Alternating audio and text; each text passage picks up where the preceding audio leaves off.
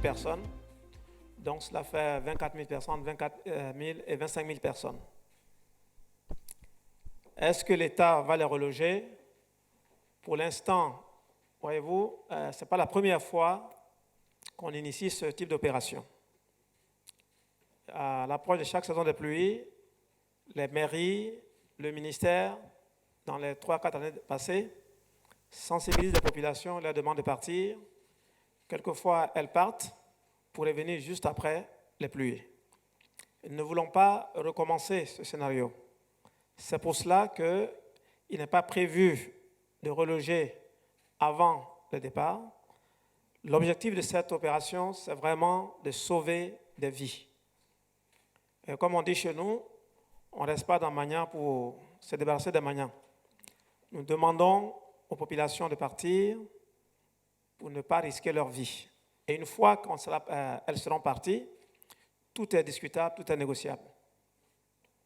Parce que si on commence à parler de relogement, on va attendre qu'on indique un endroit qui soit aménagé. Non, nous demandons aux gens, c'est leur vie qui est en cause, de partir. Parce que si vous ne partez pas et qu'une pluie arrive, et malheureusement, des drames arrivent, vous ne serez plus là pour discuter de relogement ou d'indemnisation.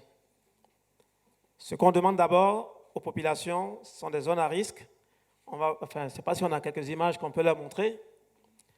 C'est vraiment, chaque fois que moi je suis parti là-bas, la question que je me pose, est-ce que si je reviens demain, ces personnes seront encore là? Je veux dire, elles seront encore vivantes. Donc, nous demandons aux gens de partir. Et une fois qu'on est parti de là-bas, qu'on a évité les morts, on pourra discuter de toutes les mesures d'accompagnement possibles.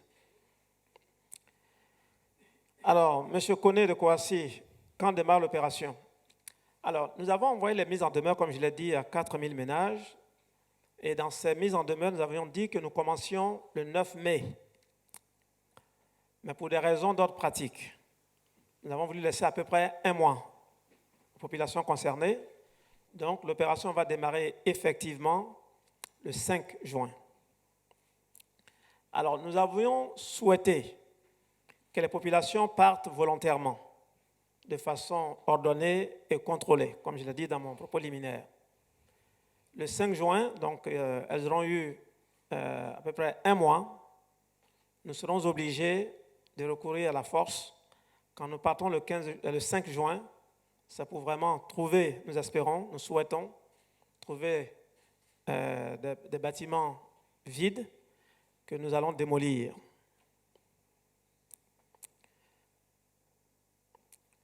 Monsieur Kofo de l'Intelligence d'Abidjan, les zones concernées, alors je ne l'ai pas tout en tête, je peux vous les donner. Alors, Monsieur le ministre, je vais vous aider. Les communes concernées sont Adjamé, Atekoubé, Anyama, Abobo, Cocody, Port-Boué, Yopougon et Bingerville. Je peux vous donner le nombre de zones dans chaque commune. Nous avons aussi.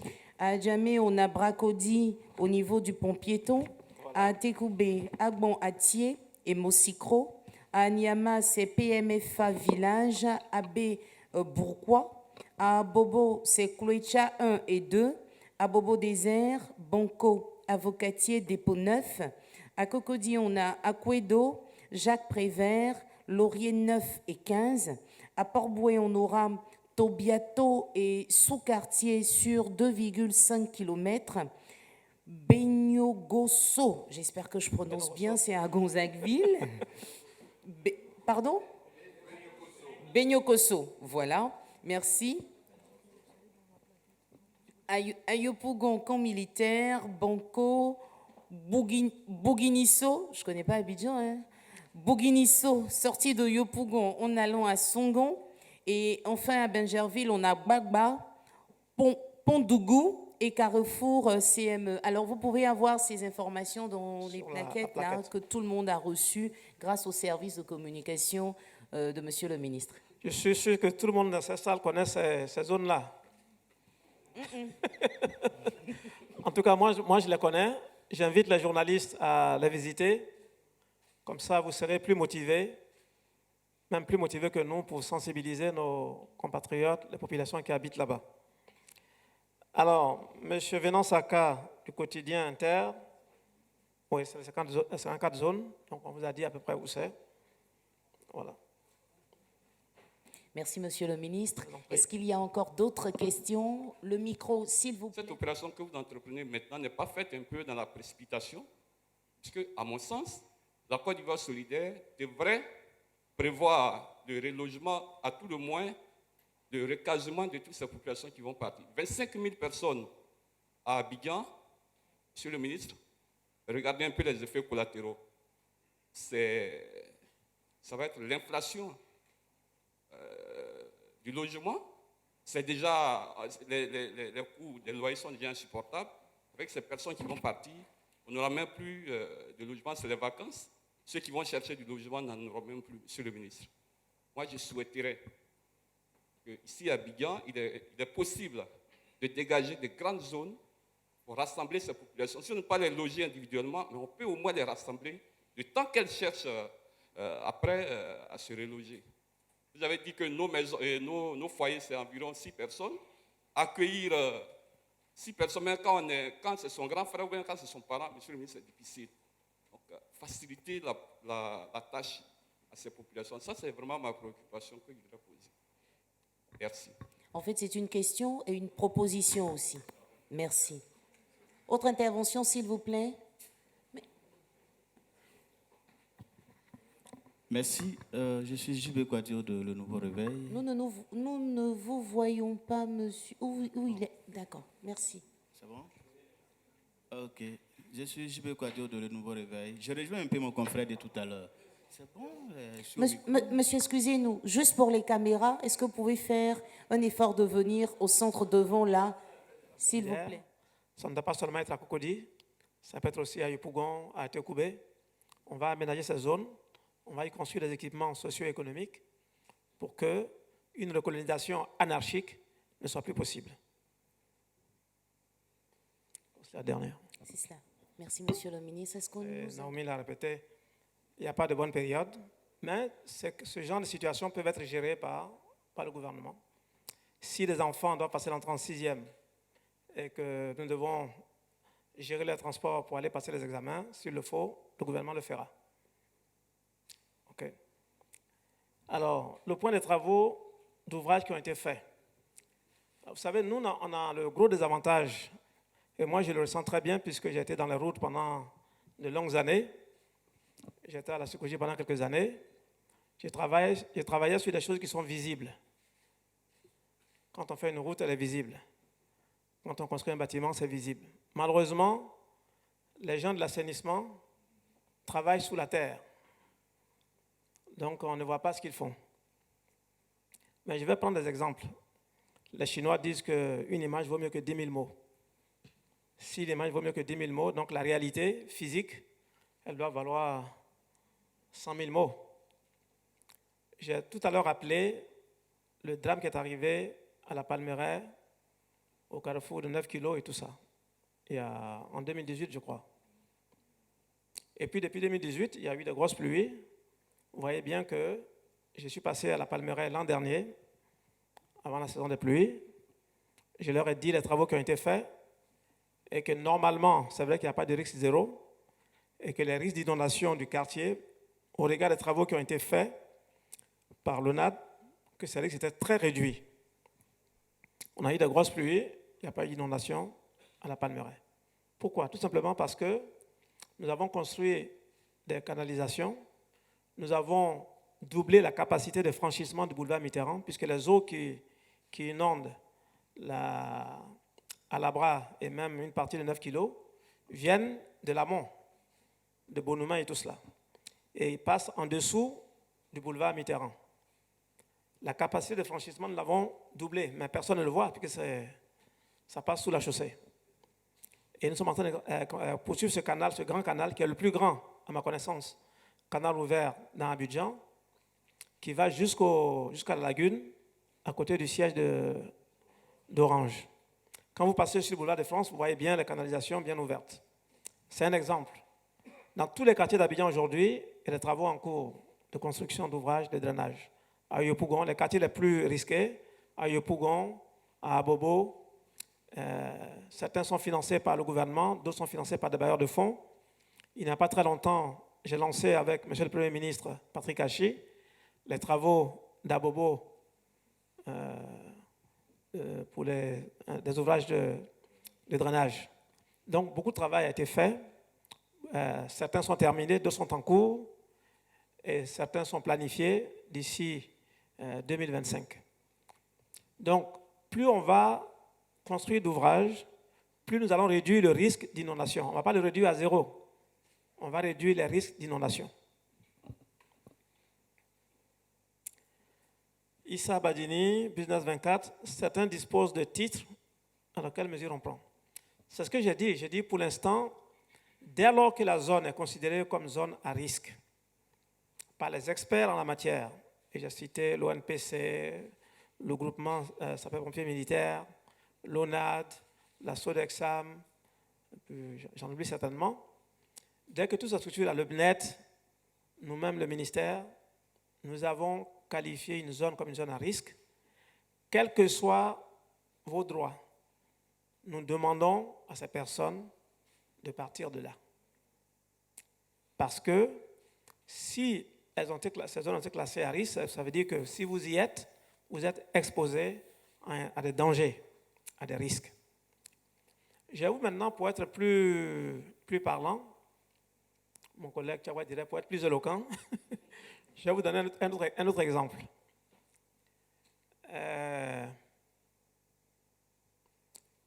Vous avez certainement des papiers. J'ai un programme immobilier qui m'a écrit un courrier quand ils ont reçu la mise en demeure pour me dire, écoutez, ceux qui ont reçu la mise en demeure sont dans une opération immobilière construite par nous. Donc nous considérons que ce n'est pas une zone à risque. C'est nous qui avons construit ces maisons. C'est vrai qu'il y a un canal à faire. On ne l'a pas fait. Bon, on a commencé à travailler, à demander des offres. On a reçu une offre, on va construire le canal. Donc, je n'aime pas écrire inutilement. J'ai appelé le responsable de l'agence immobilière. J'ai dit, écoutez, c'était une dame, madame, tant que vous n'avez pas construit le canal, pour nous, c'est une zone à risque. La seule exception que je peux vous faire, c'est que les gens qui habitent dans ces maisons, comme vous êtes sûr que ces maisons ne sont pas à risque, vous m'écrivez un courrier pour dire que vous vous engagez. Elles vont quitter la maison quand même pendant la saison de pluie. On ne va pas les démolir, mais elles ne vont pas retourner jusqu'à ce que vous construisez le canal qui va sécuriser votre opération immobilière. C'est un exemple. Donc, si vous êtes dans une maison qui est à risque, moi je connais des gens à Abidjan, comme à l'intérieur du pays, qui ont des papiers en bonne et due forme, mais qui ont construit dans un bassin d'orage. Si quelqu'un vous vend un terrain dans un bassin d'orage, que vous l'achetez, que vous construisez là-dessus, la zone reste quand même une zone à risque. On a vu à Abidjan des immeubles qui ont pris de l'eau au premier étage pratiquement jusqu'à la première dalle. Donc, faisons confiance en l'expertise de ceux qui ont qualifié ces zones de zones à risque. Partons de là, puis après on verra. Alors, pourquoi la Palmeraie ne figure pas? Parce que la Palmeraie, en tout cas les zones de la Palmeraie qui étaient les plus inondées, la rue Ministre notamment, nous avons fait des travaux en amont. Ceux qui connaissent ce quartier-là, vous avez vu qu'il y a beaucoup de travaux qui se font là. Alors, en matière d'assainissement et de drainage des eaux de pluie, ce qui est aussi pénalisant pour nous, c'est que là où vous voyez le problème, sa cause n'est pas là-bas. Sa cause peut être à 10 km plus loin. Peut-être vous dites, mais on ne voit pas de machines sur la rue Ministre. Bien qu'il y a eu des machines là-bas, je suis allé visiter moi-même. Mais il aurait pu se faire que vous ne voyez pas de machines là-bas à l'œuvre. Vous n'avez pas vu de machines dans le quartier d'Alabra en train de travailler. On travaille en amont sur la cause des inondations. Donc, nous avons fait des travaux. Les eaux qui venaient inonder, et qui viennent toujours d'ailleurs en petite quantité, jusqu'à ce qu'on finisse ces travaux, la rue Ministre, viennent de plus haut. C'est des eaux qui viennent également du boulevard Mitterrand, avec la pente, qui viennent vraiment de façon suivre la gravité et viennent là. Nous sommes on a fait des canalisations en parallèle, n'est-ce pas, du boulevard Mitterrand, pour collecter ces eaux, pour les descendre, aller directement vers le 9 kg, où elles vont franchir le boulevard Mitterrand pour aller se jeter dans la lagune à côté du siège d'Orange.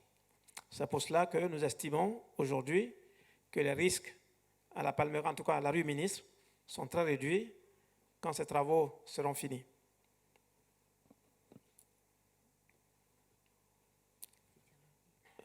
Germain Dago, Fratmat, est-ce que ce sont des opérations qui vont être simultanées dans tous les quartiers ou ça va se faire de façon séquentielle? Nous allons prendre des opérateurs par quartier. Et là où il y a plusieurs zones, peut-être même plusieurs opérateurs, donc ça va se faire de façon simultanée. Ce n'est pas qu'on va commencer chez quelqu'un le 5, puis chez quelqu'un d'autre le 5 juillet, non. Le 5 juin, tous les opérateurs seront en l'œuvre dans les quartiers qui leur ont été assignés. Puisque nous jouons contre le temps, hein, c'est une course contre la montre, il faut aller vite. Alors, Méliane Cuny, la blogueuse. Alors, je n'ai pas bien saisi votre question. Qu'est-ce qui est prévu? Qu'est-ce que vous avez dit?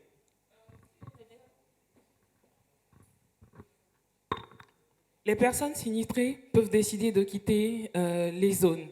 Seulement, financièrement, elles n'arrivent pas à payer, à avoir des logements dans les zones où les loyers vont forcément, les zones non risquées, entre griffes, où les loyers vont tripler. Est-ce qu'il y a une politique prévue pour les aider justement? J'ai dit que nous allons voir, une fois que les gens sont partis, nous pouvons regarder tous les cas possibles. Mais en même temps, il faut qu'on reste raisonnable. Moi, je prends l'exemple encore de la psychologie. J'avais affaire à des clients qui payaient entre 1 850 et 3 500 francs par mois. Quand je leur dis, ben, allez-y, on vous donne 3 mois de loyer à 60 000 francs le mois, ils disent, mais comment on peut se loger à Abidjan à 60 000 francs? Alors que vous logez à 1 850 ou à 3 500 avant. Je vous donne près de 20 fois le loyer que vous payez à la CICOJ et vous dites, on peut se loger. Donc, si vous quittez une zone à risque pour aller vous loger à 100 000 francs par mois, je ne garantis pas que le gouvernement pourra vous suivre. Et puis, les gens doivent accepter, pendant cette période difficile, de ne pas bénéficier du confort souhaitable. N'est-ce pas? Si on a dormi à 3-4 dans une même pièce, ben, il vaut mieux faire ça plutôt que de perdre sa vie. Voilà. Je ne sais pas si j'ai répondu à la question de la blogueuse. Merci, Monsieur le ministre. Alors, je pense que Monsieur le ministre a donné plusieurs... Encore DG de la Géroute, c'est nous qui avons construit le bassin, le barrage écrêteur là-bas. C'est un bon exemple aussi des questions d'assainissement. À l'époque, j'étais du côté des routiers et une fois, la corniche était coupée à la circulation. Et tout le monde s'est rabattu sur nous en disant la Géroute, la corniche est coupée. On expliquait à l'époque que ce n'était pas un problème de route, que c'était un problème d'assainissement. À l'époque, l'assainissement dépendait de la construction. Et puis, ça a eu tellement de débats que ça s'est terminé à la présidence de la République. Et nous avons expliqué à l'époque que ce n'était pas un problème de route, qu'on peut faire la route 100 fois, et 100 fois elle va partir. Et le président avait demandé à l'époque, mais alors, c'est un problème d'assainissement. L'assainissement, c'est où? On dit c'est la construction. Il a dit, mais bon, qui fait alors? Il dit non, ils font d'abord le problème d'assainissement. Quand ils le règlent, nous on vient réparer la route après. Il a dit, après encore, s'il y a des problèmes, vous allez venir me dire, ouais, c'est l'autre. Donc, vous, à Géroute, vous allez faire en même temps. Vous savez faire ça aussi? On dit, oui, on peut le faire. On a fait le bassin écrêteur. On a fait 1,5 km de canalisation qui passe en dessous de la corniche. Et depuis, la corniche ne s'est plus coupée. Vous voyez? Donc, c'est un bon exemple. Donc, je connais bien le secteur. Alors, nous sommes allés effectivement visiter le site avec mon collègue de la construction, puisque tout ce que nous faisons, on le fait ensemble. Il y a peut-être une confusion chez les gens. Il y a une opération qui est en amont, qui n'est pas dans le bassin d'orage, qui n'est pas dans le bassin écrêteur. qui normalement bénéficient d'un permis de construire. Il y a d'autres opérations autour qui, elles, sont vraiment dans l'emprise de l'ouvrage. Ceux-là qui avaient également commencé, il y a même un garage, je crois j'imagine qu'aujourd'hui le mur a été démoli. Ceux-là, on a fait arrêter les travaux. Voilà, tout simplement. Il n'y a pas d'autres raisons. Nous avons pris un texte récemment au Conseil des ministres pour protéger les emprises des ouvrages. C'est ce qu'on applique aujourd'hui. Donc, ce n'est pas qu'ils aient bénéficié d'une exception ou d'une faveur. Non. Ceux qui étaient dans l'emprise, on leur a demandé d'arrêter les travaux. Parce que de toutes les façons, une fois qu'on a donné cet avertissement écrit, celui qui continue les travaux, ça c'est risque et péril. Hein. Parce que même si vous êtes arrivé plus haut, on va aller casser la maison. Je vous donne un autre exemple. Quand je suis arrivé à la Sikoji, il y avait quelqu'un qui construisait une maison de 220 logements qui était une maison, enfin un espace commun public dans une cité Sikoji.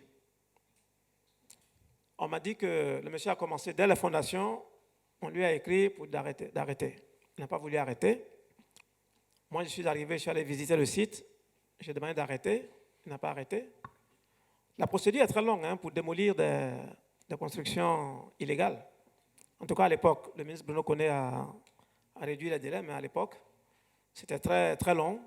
Il fallait d'abord écrire au ministère, quelquefois avoir une décision du tribunal, et ensuite on vous demandait, vous qui demandez la démolition, on vous demande de donner les moyens pour aller démolir. Et je peux vous dire qu'à l'époque, mon dossier s'est perdu 3 fois sur le chemin. Pendant ce temps, il était arrivé en R+1, les murs carrelés. Le juge a eu ma décision, nous sommes partis, nous avons démoli.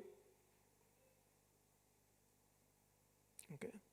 Je peux vous dire, aujourd'hui, si vous construisez dans une zone non constructible, si on vous a écrit, le ministère de la Construction vous a écrit, ou le ministère de l'Assainissement vous a écrit, l'ONAD vous a écrit, que vous continuez, c'est à vos risques et périls.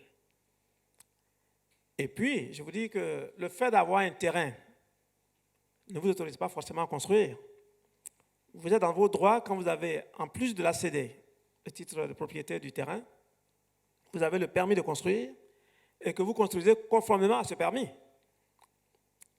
Si vous avez un permis pour faire R+1, que vous faites R+3, nous avons le droit de démolir votre maison. Donc le droit là, sur le bâti, c'est d'abord le terrain, d'accord, en être propriétaire, mais vous devez avoir un permis de construire et vous devez construire conformément à ce permis. Voilà. Ce que j'ai déjà dit, c'est que l'objectif, je dirais, unique de cette opération pour le gouvernement, c'est de sauver des vies humaines. C'est d'arrêter ce cercle infernal, n'est-ce pas, des morts en grand nombre. Et comme je l'ai dit, 95% des morts liés au glissement de terrain, aux inondations, surviennent dans ces zones à risque que j'ai citées, 95%. Donc l'objectif unique, c'est de sauver les morts de nos compatriotes. Et comme on a dit, partons d'abord de ces lieux, mettons-nous hors du danger, et après nous discuterons pour savoir ce qu'on fait pour les uns et les autres. Et je compte sur les hommes des médias, les femmes des médias, les blogueurs, les blogueuses. Je compte sur vous pour nous aider à sensibiliser nos compatriotes. Et je compte sur la population générale pour faire acte de solidarité. La Côte d'Ivoire solidaire, oui, c'est ce que le gouvernement prône. Nous sommes solidaires. Nous voulons que toute la Côte d'Ivoire bénéficie des bienfaits du gouvernement, bénéficie des projets du gouvernement.